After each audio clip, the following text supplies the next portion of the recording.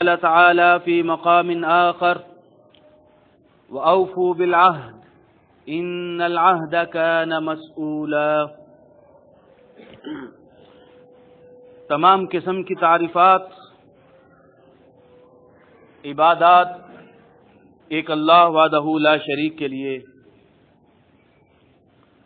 ان گنت لا تعداد درود و سلام ہوں امام الانبیاء رحمت للعالمین صلی اللہ علیہ وسلم کی ذات گرامی پر۔ عزیزان گرامی،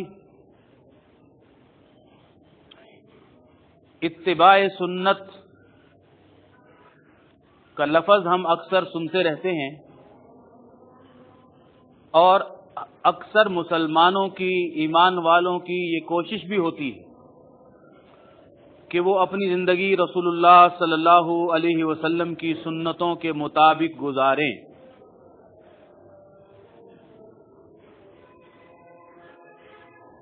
لیکن امت مسلمہ میں ایک بات تو یہ ہے کہ سنت کا مفہوم جو سمجھ لیا گیا ہے وہی غلط ہے، اور دوسری بات یہ ہے کہ بہت سی اہم ترین رسول اللہ صلی اللہ علیہ وسلم کی سنتیں، بلکہ سب سے بڑی سنتیں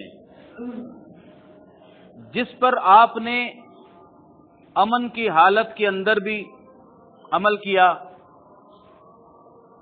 جنگی حالات کے اندر بھی ان سنتوں پر عمل کیا، زندگی کے مشکل ترین مرحلوں میں بھی ان سنتوں پر عمل کیا، اور وہ سنت جو بتائی جائے گی کاروبار زندگی کے اندر بھی، شادی بیاہ کے معاملات میں بھی، لین دین کے معاملات میں بھی، حکومتوں کے معاملات میں بھی، میاں بیوی کے ایک دوسرے کے ساتھ معاملات میں، والدین اور اولاد کے معاملات میں، مسجد، مدرسہ، بازار، سیاست، حکومت، کاروبار، ہر جگہ پر یہ سنت اہم ترین اہمیت رکھتی ہے۔ اور اس سنت پہ نبی صلی اللہ علیہ وسلم نے، جیسا کہ ہم احادیث پڑھیں گے، ایسے ایسے مشکل ترین اوقات میں عمل کیا کہ جب اس کے بغیر بڑی آسانیاں مل جاتی، اور اس سنت پر عمل کر کے بڑے نقصان ہو رہے تھے، لیکن آپ نے اپنی امت کو بھی بتایا، قیامت تک آنے والے مسلمانوں بلکہ انسانوں کو بھی بتایا کہ نبی کی سنتیں کوئی وقتی یا دنیاوی مفاد والی نہیں ہوتی، ہمیشہ عمل کرنے والی ہوتی ہیں۔ یہ تو ہے تمہید۔ اب سوال یہ ہے کہ کون سی ایسی سنت ہے جو سب سے بڑی بھی ہے، زندگی کے ہر مرحلے میں نبی صلی اللہ علیہ وسلم نے ان کے اوپر عمل بھی کیا، اور آج کا مسلمان اسے سنت ہی نہیں سمجھ رہا، اسے پتہ ہی نہیں کہ یہ بھی ہمارے دین کا کوئی بنیادی حصہ ہے۔ اللہ تعالی نے، اللہ کے رسول صلی اللہ علیہ وسلم نے اس کے بارے میں بھی کچھ باتیں کی۔ وہ ہے قرآن کریم کا یہ فرمان کہ اللہ تعالی حکم دیتا ہے، اے ایمان والو اوفو بالعہد، وعدے کی پاسداری کرو، ان العہد کان مسئولا۔ قیامت کے دن جہاں نماز کے بارے میں پوچھا جائے گا، حلال حرام کے بارے میں سوال کیا جائے گا، وہاں یہ بھی سوال کیا جائے گا کہ تم نے جو اپنی زبانوں سے، اپنے ہاتھوں سے، اپنے قلم سے کہیں کوئی معاہدہ کیا تھا، وعدہ کیا تھا، اس کو پورا کیا تھا کہ نہیں کیا تھا، اس کے بارے میں بھی سوال کیا جائے گا۔ تو میں نے شروع میں بتایا کہ امت مسلمہ کا بہت بڑا طبقہ سمجھتا ہی نہیں ہے کہ یہ بھی کوئی سنت ہے، حالانکہ رسول اللہ صلی اللہ علیہ وسلم کی زندگی ایمان والوں کے ساتھ، اپنے صحابہ کے ساتھ، کافروں کے ساتھ بھی آپ میری بات سمجھ رہے ہیں کہ کافروں کے ساتھ بھی کوئی وعدہ کر لیا تو اس کو ہمیشہ پورا کرتے تھے. یعنی خیانت وعدے کے اندر، کوئی عہد و پیمان کے اندر، اس کو توڑنے کے بارے میں آپ صلی اللہ علیہ وسلم کی پوری سیرت کے اندر کوئی ایک بات بھی ایسی نہیں ملتی. اور وہ امت مسلمہ جو نبی صلی اللہ علیہ وسلم کی ظاہری سنتوں پر عمل کرتی ہے، اس کا مقصد یہ نہیں ہے کہ ظاہری سنت سنت نہیں ہے، وہ بھی سنت ہے. داڑھی رکھنا سنت ہے، لباس شریعت کے مطابق پہننا سنت ہے، نماز کی بہت ساری سنتیں ہیں. مسجد میں آتے وقت جی یہ دعا پڑھی جائے اللہم افتح لی ابواب رحمتک، یہ سنت ہے. مسجد سے جاتے وقت یہ دعا پڑھی جائے یہ سنت ہے. اس طرح کی بے شمار سنتیں ہیں، ان پر عمل بھی کرتے ہیں اور انہیں ہمیں کمتر بھی نہیں کہنا چاہیے.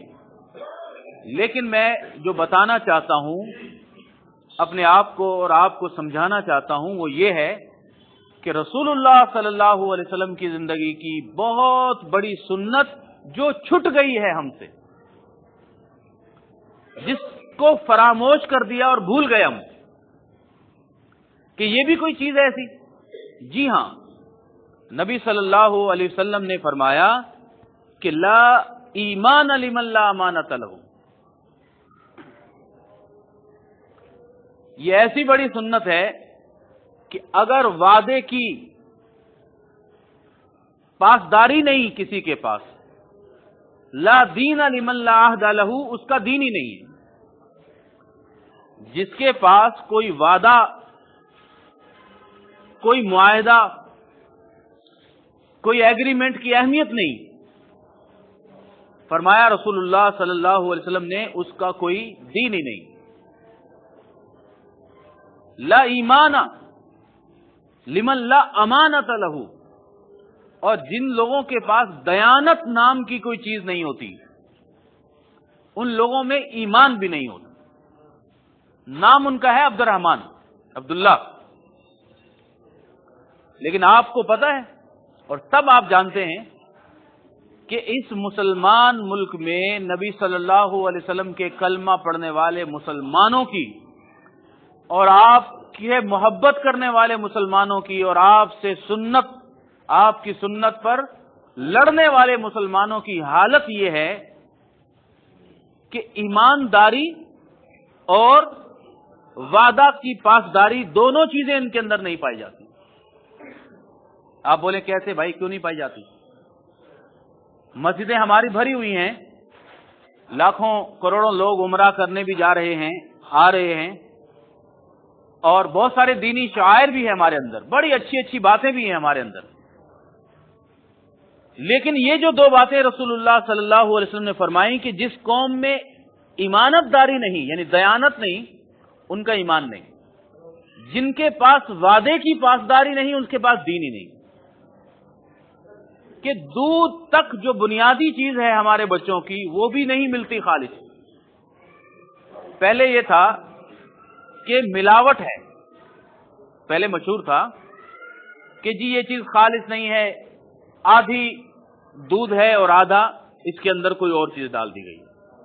تو وہ بڑا سکون تھا کہ ٹھیک ہے جی ملاوٹ ہے لیکن ہے تو دودھ نا. اب بتایا جا رہا ہے کہ دودھ ہی نہیں ہے، یہ بس سفید رنگ کا کوئی لکوڈ ہے جس کے اندر بہت ساری چیزیں ڈال کے بس اس کو سفید بنا کے ڈبوں میں پیک کر کے دے دیا جاتا ہے. یہ دودھ ہی نہیں ہے. ایسی حالت ہے کہ آدھا بھی خالص اور آدھا بھی ملاوٹ مل جائے چلو کام ہو جائے گا، لیکن نہیں جی یہ تو ہے ہی نہیں ہے، چیز ہی نہیں ہے. ہزاروں فیکٹریاں پکڑی جاتی ہیں، جو پکڑی جاتی ہیں جن کا نہیں پتا، جہاں دوائیاں بنتی ہیں اور وہ دوائی نہیں ہے. پہلے تو یہ تھا نا کہ بھائی ملاوٹ والی دوائی ملے گی، چلو آدھا بخار کم ہوگا اور آدھا صحیح ہوگا. اب یہ کہ یہ کوئی مٹی ہے یا کوئی چیز ہے، لیکن یہ دوائی نام کی چیز نہیں ہے، پتہ نہیں کیا ہے یہ۔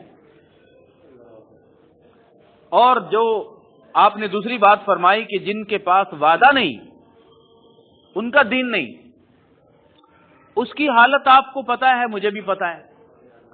ہم کہیں بھی کوئی بھی بات کرتے وقت یہ نہیں سوچتے کہ اللہ رب العزت نے فرمایا کہ ان العہد کان مسئولا، جو وعدہ ہے پوچھا جائے گا قیامت کے دن۔ پوری کی پوری قوم، ان کو پتہ ہی نہیں کہ یہ وعدہ بھی کوئی چیز ہوتا ہے۔ سب دھڑلے سے لکھ دیتے ہیں دعوت نامے پر کہ بھائی 9 بجے کھانا شادی حال میں آپ کو دیا جائے گا، اور خود وہ 11 بجے تک ہوتے ہی نہیں ہیں۔ جو دعوت دینے والے، جو آنے والے ہیں، ان کو بھی پتا ہے کہ جھوٹ ہے، بلانے والوں کو بھی پتا ہے کہ جھوٹ ہے، سب کو پتا ہے کہ یہ کوئی وعدہ نہیں ہے، بس ایسے ہی مذاق کیا گیا ہے۔ آپ مجھے بتائیں کہ اس قوم کے اندر، ان گھروں کے اندر، ان کاروباروں کے اندر کوئی برکت ہو سکتی؟ جس دکاندار، جس تاجر نے، جس معاہدہ کرنے والے نے کہا کہ ٹھیک ہے بھائی کل آ جانا، یہ ہو جائے گا، اور وہ جھوٹ ہے، اس کو پتا ہے کہ مہینے تک بھی نہیں ہوگا، لیکن جان بوجھ کر یہ جو وعدہ خلافی ہے، تو رسول اللہ صلی اللہ علیہ وسلم نے اس کے بارے میں بہت ڈرایا ہے، امت کو بہت ڈرایا ہے کہ ایسا کیوں بول دیتے ہو؟ جو وعدہ کیا ہے تو پھر کیا ہے، جان بھی چلی جائے اس کو پورا کرنا پڑے گا وعدہ۔ حتیٰ کہ ہماری حالت یہ ہے کہ اگر کوئی دینی اجتماع ہے، مسلمانوں کا، دیندار لوگوں کا، وہاں پر بھی کہا جاتا ہے کہ جی فلاں ٹائم پر ہوگا، اور ان کو بھی پتا ہے کہ یہ فلاں ٹائم پر نہیں ہوگا۔ مطلب دینداروں کے پاس بھی عہد و پیمان نہیں رہا، دکانداروں کے پاس تو عہد و پیمان رہا ہی نہیں، دعوت دینے والوں، بلانے والوں اور جن کو بلایا جا رہا ہے ان کے پاس بھی عہد و پیمان نہیں رہا۔ کسی نے بھی نہیں سوچا کہ یار ہم اتنا بڑا ایک معاہدہ کر رہے ہیں، ہزاروں لوگوں کو بلا رہے ہیں، بلکہ کسی جگہ پر رشتہ ناتا کر رہے ہیں، کوئی معاہدہ کر رہے ہیں، کوئی بھی شادی کا بندھن کر رہے ہیں، اس کے اندر ہم جو بول رہے ہیں، جو وعدہ کر رہے ہیں، وہ پورا کریں گے کبھی؟ سورہ مائدہ کی پہلی آیت ہے کہ اے ایمان والو اوفو بالعقود، بھائی جو بھی آپ سنیں گے کہ نبی صلی اللہ علیہ وسلم نے ماں کو بھی بولا، ماں کو، کہ بچے سے جو تم بات کر رہی ہو نا، کیا تم اس وعدے پہ پورا اترو گی؟ ایک ماں باپ کو بھی بولا کہ بچوں سے جو وعدہ کر رہے ہو تو یہ سچ بول رہے ہو کہ ایسے جھوٹ بول رہے ہو؟ بچوں کے ساتھ بھی، ایک بندہ دوسرے بندے کے ساتھ، ایک کاروبار دوسرا کاروبار کے ساتھ، ایک لین دین والا دوسرے لین دین والے کے ساتھ، ایک بلانے والا دعوت دینے والے کے ساتھ، کوئی بھی وعدہ ہے آپ کا، کوئی بھی عقد ہے، بس اس کو پورا کرو۔ حکم ہے اللہ تعالیٰ کا، اور اللہ رب العزت کا یہ حکم فرض کے درجے پر ہے۔ میں نے شروع میں بات بتائی تھی کہ نبی صلی اللہ علیہ وسلم کی یہ سنت ہے، اور اتنی بڑی سنت ہے کہ آپ نے زندگی کے ہر مرحلے پر اس پر عمل کر کے دکھایا، اور یہی سنت ہمارے اندر سے بھول گئی۔ قرآن کریم میں اللہ رب العزت نے یہودیوں کا اور عیسائیوں کا تذکرہ کیا، ان کی حالات زندگی میں ان کی ایک سمجھیں کہ نفسیاتی بات کا تذکرہ کیا کہ یہودی ایسے ہوتے ہیں، عیسائی ایسے ہوتے ہیں، اور مسلمان دیکھیں کہ وہ کہاں کھڑے، ہم دیکھیں کہ ہم کہاں ہیں۔ اللہ رب العزت نے فرمایا کہ ان میں سے، عیسائیوں میں سے کچھ لوگ ایسے ہیں، سارے نہیں، کرسچن میں سے کچھ ایسے ہیں، من ہو بقنطار یودیہ الیک، کہ اگر آپ ان کو ایک بہت بڑا خزانہ دے دیں قرض کے طور پر، تو یہ ٹائم پہ آپ کو ادا کر دیں گے۔ کچھ لوگ ایسے ہوتے ہیں۔ اور آپ نے فرمایا کہ اللہ تعالیٰ نے فرمایا کہ یہودیوں میں سے کچھ ایسے ہیں من ان تأمنہ بدینار لا یودیہ الیک، 1 روپیہ ان کو دے دو، 1 روپیہ، یہ واپس نہیں کریں گے، الا ما دمت علیہ قائما، آپ ڈنڈا لے کر کھڑے ہو جائیں ان کے سر پہ، پھر تو دے دیں گے، وگرنہ نہیں دیں گے۔ آپ مجھے بتائیں کہ ہماری مسلمانوں کی حالت کہاں پر ہے؟ ہر دوسرا بندہ لینے والا بھائی 1 تاریخ کو آپ کو مل جائے گا، بات ختم، وہ 1 روپیہ ہو یا 1,00,000 روپیہ ہو، کوئی بھی ادا نہیں کرتا۔ بلکہ مشہور ہے، آج کل کہتے ہیں کہ کوئی آدمی اگر آپ کو قرض واپس دے دے نا تو اس کے ہاتھ چوم لینے چاہیے، کہ دنیا میں اس طرح کے بندے دنیا میں بڑے کم ملتے ہیں۔ یہ مسلمانوں کی حالت بتائی جا رہی ہے۔ اب رسول اللہ صلی اللہ علیہ وسلم خود، آپ کے صحابہ، ان کی زندگیوں پر نظر ڈالتے ہیں کہ ان کے زندگی میں کوئی وعدے کی بات آ جاتی تھی تو وہ کیا کرتے تھے۔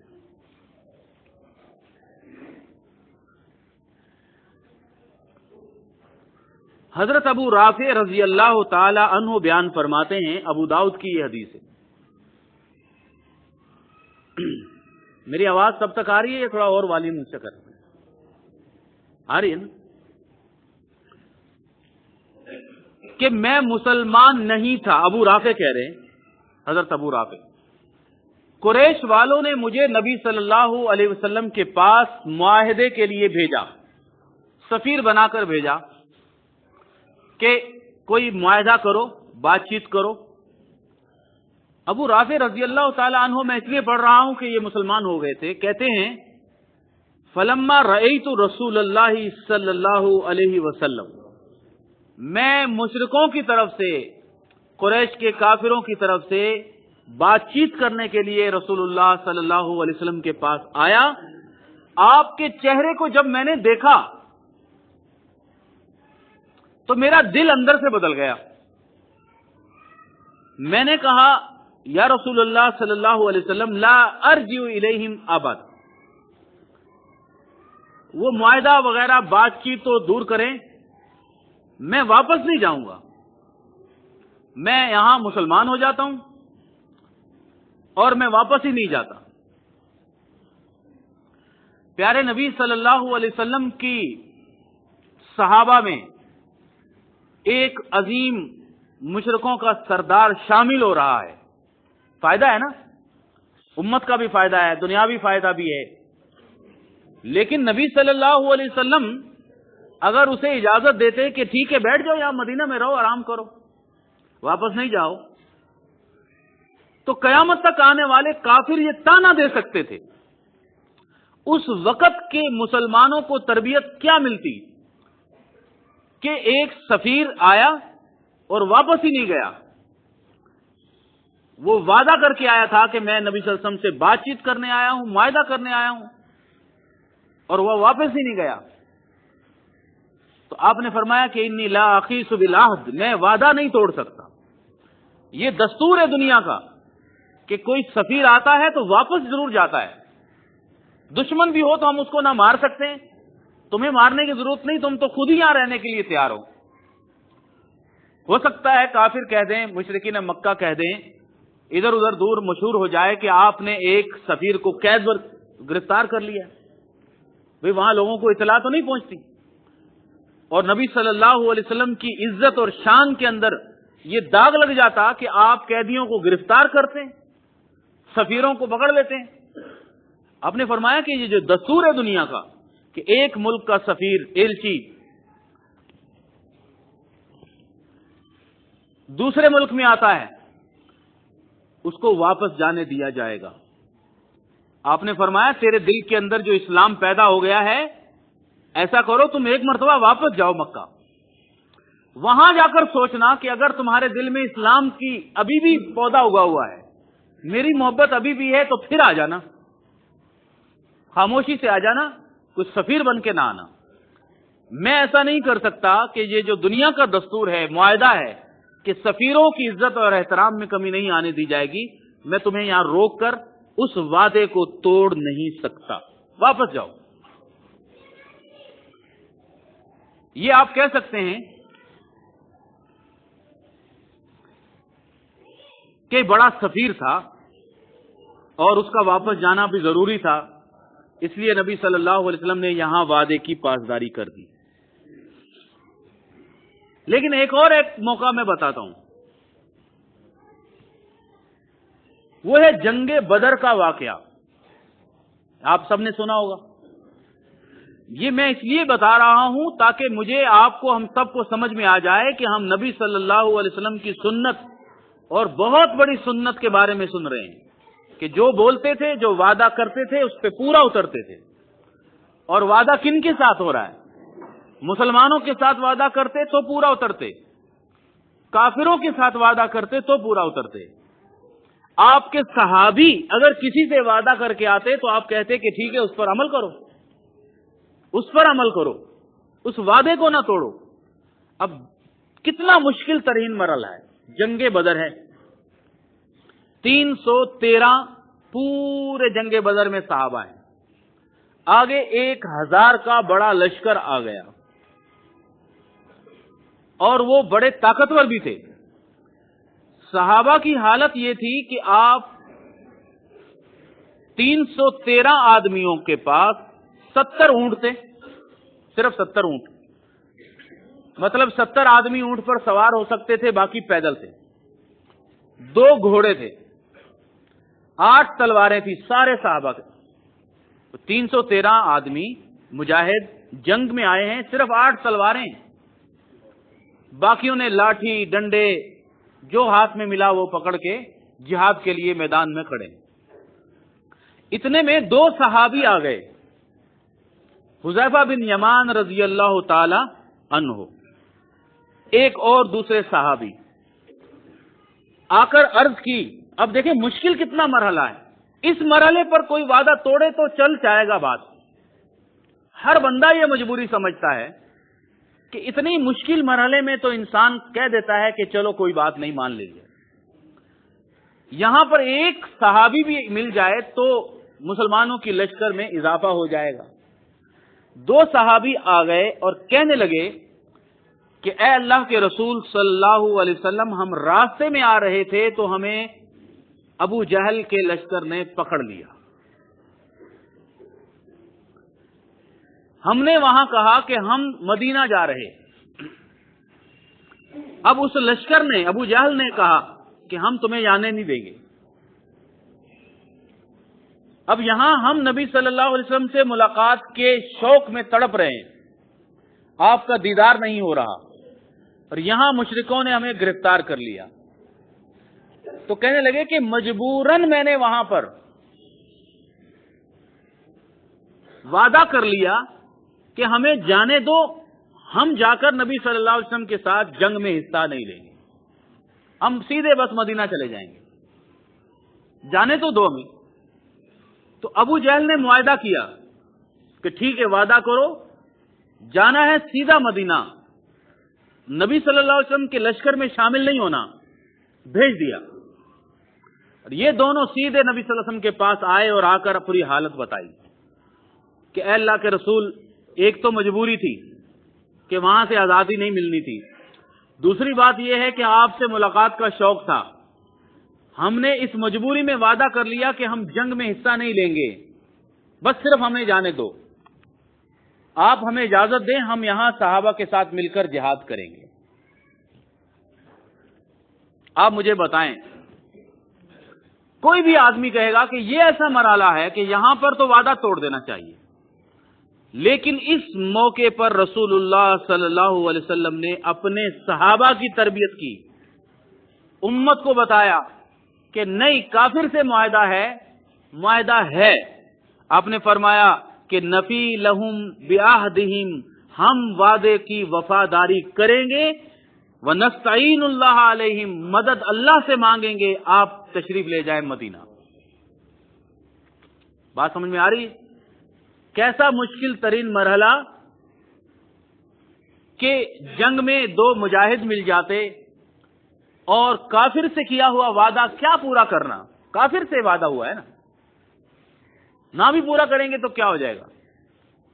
لیکن نبی صلی اللہ علیہ وسلم کے جو صحابہ تھے 313، وہ 313 آدمی نہیں تھے. انہوں نے پھر آگے پوری دنیا کے اندر جہاد بھی کیا، لاکھوں لوگوں کو مسلمان بھی کیا. ایک ایک صحابی، ایک ایک بندہ تھا، ایک ایک صحابی بڑے بڑے ملک کے اوپر حکومت کرتا تھا، لاکھوں لوگوں کو اسلام کی دعوت دیتا تھا. ان کی تربیت کر دی آپ نے فرمایا کہ نہیں، وعدہ ہے نا، پورا کرو، جاؤ. اب مشکل ہے، جنگ کیسے کریں گے؟ آپ نے فرمایا اللہ مدد کرے گا، تم جاؤ بس. آپ سوچیں کہ وہ کتنے قیمتی لوگ ہوں گے. جب انہوں نے وعدہ شناسی کا سبق سیکھا، ایمانداری کا سبق سیکھا، تو دنیا پہ چھاتے چلے گئے. بس ان کے پاس ایک ہی تھا کہ جو زبان سے کہہ دیا وہ کہہ دیا. یہ صرف اس جنگ بدر کے موقع پر نہیں ہوا، پوری زندگی صحابہ کی، محدثین کی، تابعین کی، بس زبان سے بول دیا، وعدہ کر لیا. مسلمان سے کیا، کافر سے کیا، ایک حکومت نے دوسری حکومت سے کیا، بادشاہ نے عوام سے کیا، عوام میاں بیوی نے کیا. ان کے اندر نبی صلی اللہ علیہ وسلم کی یہ سنت ہمیشہ تازہ رہی. اور آپ کو میں نے بتایا کہ جب یہ سنت گم ہو گئی کہ وعدے کی اہمیت رہی نہیں، اور جو بات کر کے سمجھ لینا کہ بس چھوڑ دی ہم نے، اور یہ بھی سوچا نہیں ان العہد کان مسئولا، کہ پوچھا جائے گا. ذرا سے کہیں دو جگہ پر کیمرے لگے ہو نا، اور وہاں لکھا ہوتا ہے کہ جی کیمرے لگے ہوئے ہیں، ریکارڈ ہو رہے ہیں، پوچھا جائے گا تم سے کر کیا رہے ہو، پھر سارے سمجھدار بن جاتے ہیں کہ میں کوئی الٹی سیدھی حرکت نہ کروں، الٹی سیدھی بات نہ کر دوں. میری بات ریکارڈ ہو رہی ہے تو میں بھی بہت سوچ سمجھ کے تول کے بول رہا ہوں کہ کوئی غلط بات ریکارڈ نہ ہو جائے. لوگ کہیں گے کہ پتہ نہیں کہاں سے چھوڑتا ہے. یہ اگر ہماری سوچ ہمارے فرشتوں کے بارے میں پیدا ہو جائے، کرامن کاتبین کے بارے میں پیدا ہو جائے کہ وہ ہمیشہ ہمارے اوپر نگرانی کر رہے ہیں، لہذا ماں باپ ہوں، استاد ہو، عالم دین ہو، تاجر ہو، میں نے بتایا کہ شادیوں میں بلانے والے ہوں، اور جن لوگوں کو بلایا جا رہا ہو وہ ہوں، اور سب کو پتا چل جائے کہ جو ہم نے لکھ کر بات کر دی کہ ہم بھائی اتنے بجے یہ کریں گے اور اتنے بجے وہ نہ کریں، تو مطلب یہ ہوا کہ ان کے پاس وعدہ نہیں ہے. اور جن کے پاس وعدہ ہی نہیں ہے، رسول اللہ صلی اللہ علیہ وسلم نے فرمایا کہ ان کے پاس دین نہیں ہے. آپ کہیں گے کہ دین تو ہے، نمازیں ہیں، عمرے ہیں، حج ہے، زکات ہے، تو میں کہوں گا دین ہے، دیندار نہیں ہے. وہ نہیں، ہم میں دیندار نہیں رہے، دین والے ہیں. آپ کہیں گے یہ کیا بات ہو گئی بھائی، دین والے ہیں دیندار نہیں ہے، یہ کیا مطلب؟ اس کا مطلب یہ ہے کہ دین کا علم ہے، ہمیں بس پتا ہے یہ کرنا ہے، یہ کرنا ہے، علم بڑا ہے ہمارے پاس. دیندار وہ ہوتا ہے جو عمل کرتا ہے. دین والا وہ ہوتا ہے کہ جس کے پاس کتابیں، کہانیاں، واقعات، قرآن، حدیث، سنتیں، فتوے، باتیں ہمارے پاس بہت زیادہ ہے، لیکن دین پر عمل نہیں.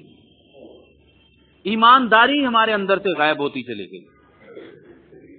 میں نبی صلی اللہ علیہ وسلم کی زندگی کا وہ ایک واقعہ بتا رہا تھا کہ جنگ بدر کے موقع پر مشکل ترین مرحلے میں آپ نے کیسی زندگی گزاری. حضرت امیر معاویہ رضی اللہ تعالی عنہ کے بارے میں آتا ہے کہ جب وہ خلیفہ تھے، امیر معاویہ رضی اللہ تعالی عنہ خلیفہ ہیں، ان کا رومن امپائر، روم کے بادشاہ سے ایک معاہدہ ہو گیا کہ 1 سال کے لیے ہماری تمہاری جنگ بندی ہوگی، اس سال ہماری لڑائی نہیں ہوگی. اس کے بعد وہ بڑے ہوشیار صحابی تھے اور بہت 20 سال انہوں نے خلافت کی. انہوں نے سوچا کہ فلاں تاریخ کو، مثال کے طور پر اس مہینے کے آخر میں یہ سال ختم ہو رہا ہے، ہمارا معاہدہ 2016 کا تھا، بس وہ 2016 ختم ہو رہا ہے، انہوں نے پوری جنگیں فوجیں اکٹھی کی، فوجوں کو حکم دیا کہ تم جا کر سرحد کے اوپر پڑاؤ ڈالو، جیسے ہی سال ختم ہوگا ہم روم کے اوپر حملہ کر دیں گے۔ وہ ہکے بکے رہ جائیں گے، وہ کہیں گے بھائی آپ نے تو ہمارا معاہدہ حملہ کیوں کیا؟ ہم کہیں گے کہ نہیں، وہ پچھلے سال کا سال ختم ہو گیا، اب نیا سال شروع ہو گیا، ہماری جنگ شروع ہو گئی، اور وہ تیاری نہیں کر سکیں گے اور ہم فتح کر لیں گے۔ آپ سمجھتے ہیں لاکھوں فوجوں کو لے کر جانا کتنا خرچ آتا ہے؟ اور جیسے ہی سال معاہدہ ختم ہوا، ٹائم ختم ہوا، امیر معاویہ رضی اللہ تعالی عنہ نے حملہ کر دیا، بڑے علاقے پہ قبضہ کرتے جا رہے ہیں۔ حدیث میں ہے ترمذی شریف میں کہ پیچھے سے ایک صحابی آیا گھوڑے کے اوپر، لشکر والوں نے کہا امیر معاویہ رضی اللہ تعالیٰ عنہ کو کہ آپ رکیں، پیچھے سے ایک گھوڑا آ رہا مسلمانوں کے علاقے سے، اس پہ عمر بن عباسہ رضی اللہ تعالیٰ عنہ تھے۔ اس صحابی نے دور سے آوازیں دے رہے ہیں وفاء لا غدر، کہ نہیں نہیں نہیں، غداری نہیں کرو، دھوکہ نہیں دو، وعدے کی پاسداری کرو۔ قریب آئے، بتایا نبی صلی اللہ علیہ وسلم کے صحابی ہے یہ، بتایا کہ ہم نے اپنے نبی سے کانوں سے سنا تھا، آپ نے فرمایا تھا کہ تم کسی قوم سے جب معاہدہ کرو اس کو توڑنا نہیں ہے، پھر تم نے اس کو توڑنا نہیں ہے جب تک وہ اگلی قوم معاہدے کو نہ توڑ دے، اگر وہ توڑ دیں تو پھر تم مقابلہ شروع کرو، اور اگر تم نے حملہ کرنا ہے تو پہلے ان کو اطلاع دو کہ ہماری تمہاری جنگ بندی فلاں تاریخ تک تھی، بس اس کے بعد ہم آزاد ہیں، تم بھی آزاد ہو، ہم تم پر حملہ کر سکتے ہیں۔ تو حدیث میں ہے کہ امیر معاویہ رضی اللہ تعالی عنہ نے پورے لشکر کو حکم دیا کہ واپس جاؤ۔ یہ مسلمانوں کا کردار تھا، کریکٹر جس کو کہتے ہیں، اصل چیز ہے کردار۔ کاش کہ مجھے آپ کو، ہم سب باتیں سننے والوں کو سمجھ میں آ جائے۔ اصل چیز ہے انسان کا کردار۔ جب کردار کریکٹر لیس آدمی ہو جاتا ہے، کردار ہی نہیں رہتا، پھر بعد میں باتیں جتنی مرضی کر لی جائیں، جتنی مرضی انسان محنتیں کر لے، نمازیں پڑھ لے، روزے رکھ لے، حج عمرے کر لے، وہ دین کی باتیں جتنی بھی آتی ہیں آ جائیں، لیکن جو بنیادی چیز تھی کردار، وہ نہیں رہا۔ آپ کردار کی ایک مثال لیں، پیارے نبی صلی اللہ علیہ وسلم ایک گھر کے اندر بیٹھے ہوئے ہیں۔ عبداللہ بن عامر رضی اللہ تعالیٰ عنہ فرماتے ہیں کہ میں بچہ تھا، پیارے نبی صلی اللہ علیہ وسلم ہمارے گھر میں تھے، دعتنی امی، میری ماں نے مجھے بلایا، مجھے کہا کہ آؤ بیٹا ادھر آؤ، میں تمہیں کچھ کھانے کو چیز دوں گی۔ بچے ہیں جو اس طرح کے ہوتے ہیں۔ پیارے نبی صلی اللہ علیہ وسلم نے میری ماں سے پوچھا، یہ جو تم اس کو بلا رہی ہو اور کہہ رہی ہو کہ آؤ میں تمہیں یہ کروں گی، واقعی تم اس کو کھلانے کے لیے دعوت دے رہی ہو، کوئی بات دو گی، کوئی چیز دو گی اس کو، یا ویسے اس کو پکڑنا ہے یا گھر میں بلانا ہے؟ مطلب یہ ہے کہ اوپر اوپر سے جھوٹ بول کے اس کو بلا رہی ہو، یا حقیقتاً تم اس کو کھانا کھلاؤ گی؟ تو میری ماں نے کہا کہ ہاں اللہ کے رسول، اوتی ہی تمرن، میرا ارادہ یہ تھا کہ میں اس کو کھجور دینا چاہتی تھی۔ آپ نے فرمایا، ابو داؤد کی حدیث ہے کہ اما انکی لم تؤتیہ، اگر تو اس کو ایسے ہی بلاتی اور اس کو کھجور نہ دیتی تو تمہارے بارے میں لکھا جاتا کہ تم جھوٹ بول رہی ہو۔ کردار سکھایا نبی صلی اللہ علیہ وسلم کہ تمہارے بارے میں کیا لکھا جاتا کہ تم کریکٹر والی نہیں رہی، باقی ساری باتیں موجود ہیں، کردار نہیں رہا۔ یہ بہت اہم چیز ہے، بہت اہم چیز ہے۔ آپ گھر میں ہیں، ماں باپ سے معاہدہ ہے، بیوی سے بات ہو رہی ہے، بچوں سے بات ہو رہی ہے، آپ کاروباری زندگی کے اندر ہیں، میری بات یاد رکھیں، آپ کے بارے میں مشہور ہو گیا کہ یہ دکان والا جو بولتا ہے اسی ٹائم پہ یہ کام کر کے دکھاتا ہے، آپ کے کاروبار میں بھی اللہ رب العزت برکتیں عطا فرمانا شروع کر دے گا. مشہور ہو جائیں پورے مارکیٹ کے اندر کہ اس نے کہہ دیا نا کہ کل لینا تو کل دے گا. یہ آندھی آئے، طوفان آئے، بجلی آئے، بیمار ہو، کچھ بھی آئے، یہ کرے گا. اور جب آپ کے بارے میں مشہور ہو گیا کہ یہ باتیں کرے گا، چھوڑتا ہے، اور کردار نام کی اس کے پاس چیز نہیں ہے، تو پھر آپ کہیں گے پریشانیاں بہت ہیں، کاروبار چل ہی نہیں رہا، کاروبار چل ہی نہیں رہا. مولوی صاحب کچھ بتائیں کہ میں پڑھوں کیا؟ بھائی پڑھنا نہیں ہے کچھ بھی، آپ نے کردار ہمارا اپنا پیدا کرنا ہے. کردار بولتا ہے، عمل باتیں بولتی نہیں ہے. میں نے 1 گھنٹہ تقریر کر دی، وہ اس کا اتنا فائدہ نہیں ہوگا. ایک کردار، 1 روپے کا کردار اگر آپ نے دیکھا کہ یہ صحیح تھا تو آپ کو فائدہ ہوگا. آپ ماں باپ ہیں، آپ اپنے بچوں کے سامنے کردار پیش کریں اور ان کے اندر یہی تربیت کریں کہ نقصان آ جائے گا کچھ بھی ہو جائے. میں نے کتنی مثالیں دی، 5-6 مثالیں نبی صلی اللہ علیہ وسلم کی زندگی میں دی کہ نقصان اٹھا رہے ہیں. چلے صلح حدیبیہ کا موقع ہے، آپ نے سنا ہوگا، پیارے نبی صلی اللہ علیہ وسلم مشرکین سے معاہدہ ہو رہا ہے. باتیں لکھی جا رہی ہیں کہ کوئی مشرک، کوئی مکہ کا آدمی اگر مسلمان ہو جائے، بھاگ کر رسول اللہ صلی اللہ علیہ وسلم کے پاس آ جائے، آپ کو واپس کرنا پڑے گا. بہت ہی نقصان دینے والی نظر آ رہا تھا کہ یہ مسلمانوں کی اس کے اندر بے عزتی ہے. مسلمان ہونے کے بعد آ گیا تو ہم کیوں واپس کریں؟ لیکن وہ معاہدہ لکھ لیا گیا. یہ لکھا گیا کہ کوئی اگر صحابی مشرک ہو جائے، نعوذ باللہ مسلمان نہ رہے اور وہ بھاگ کر واپس چلا جائے، اس کو ہم واپس نہیں کریں گے. آپ نے فرمایا لکھو، یہ بھی لکھ لیا. یہ معاہدہ ہو گیا، بلکہ بعض حدیثیں میں ہے کہ ابھی تک دستخط بھی نہیں ہوئے، بات چیت ہو گئی، ڈن ہو گیا کہ ٹھیک ہے. ایک صحابی حضرت ابو جندل رضی اللہ تعالی عنہ زنجیروں کے اندر جکڑے ہوئے پیدل مکہ سے حدیبیہ کے مقام پر بھاگ کر آ گئے اور آ کر گر پڑتے ہیں. حدیث میں کہ گر پڑتے. کہاں سے وہ پیدل چلتے چلتے یہاں پر آ گئے. اب کتنا مشکل مرحلہ ہے. صحابہ ہیں 1400، سب کے سب تلواریں ہاتھ میں لے کے کھڑے ہیں. ان کا اپنا پیارا ساتھی مسلمان ہو کر رو رہا ہے، آنکھوں میں آنسو بہ رہے ہیں. نبی صلی اللہ علیہ وسلم نے فرمایا کہ اس کو واپس لے جاؤ. وہ رو رہا ہے. اس نے کہا کہ اللہ کے رسول مسلمان نہیں ہوں میں تو وہاں سے جان بچا کر آیا ہوں، اور الفاظ یہ ہیں کہ عذبا عذابا شدیدا، مجھے سخت ترین وہاں پر عذاب دیا جاتا ہے، دن رات مجھے مارا جاتا ہے. میں وہاں سے بھاگ ہی آیا اور ابھی معاہدہ ہوا نہیں ہے، دستخط ہوئے نہیں ہیں، آپ مجھے واپس کیوں کر رہے ہیں؟ نبی صلی اللہ علیہ وسلم نے فرمایا کہ نہیں، میں وعدہ نہیں توڑ سکتا، بات میں نے کر لی، آپ اس کو لے جاؤ.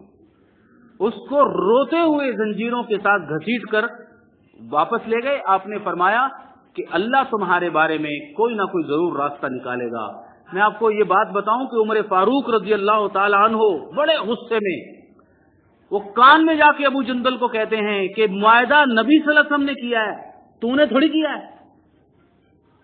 تم کسی نہ کسی کو اڑا دو، تم تلوار پکڑو اور گردن اڑا دو. ہم نے معاہدہ کیا ہے نا، ہم تو مجبور ہیں، نبی صلی اللہ علیہ وسلم نے معاہدہ کیا ہے، تم تو ضرور مار دو کسی کو. اتنی مرحلے ہیں کہ صحابہ غصے میں بھی ہیں کہ ہم نہ مانیں اس بات کو، لیکن نبی صلی اللہ علیہ وسلم نے فرمایا کہ نہیں، کردار نہیں ضائع کرنا. کیوں؟ وہ امت کے نبی تھے، قیامت تک آنے والے مسلمانوں کے نبی تھے. کیا بات ہوتی تاریخ کے اندر بھی، حدیث میں ہمیشہ لکھا جاتا کہ آپ وعدہ کر کے کھڑے کھڑے مکر گئے تھے. ایک مرتبہ زندگی میں مکرے ضرور تھے، لیکن نبی صلی اللہ علیہ وسلم نے فرمایا کہ یہ بات میرے اندر نہیں آئے گی. اللہ تعالیٰ مجھے، آپ کو، ہم سب کو نبی صلی اللہ علیہ وسلم کی اس طرح کی کردار عطا فرما دے. یہ ہے وعدے کی پاسداری کی اہمیت. یہ ہے رسول اللہ صلی اللہ علیہ وسلم کی سنت، سب سے بڑی جو سنت.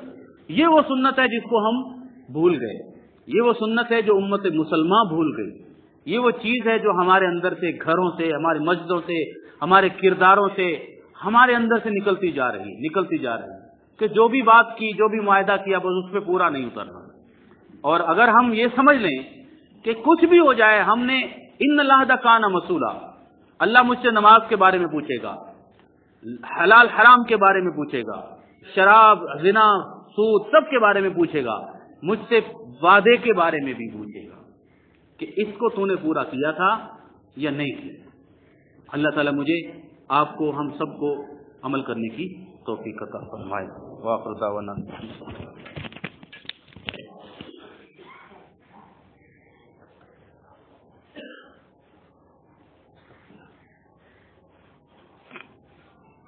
ان الحمد لله نحمده ونستعينه ونستغفره ونعوذ بالله من شرور انفسنا ومن سيئات اعمالنا من يهده الله فلا مضل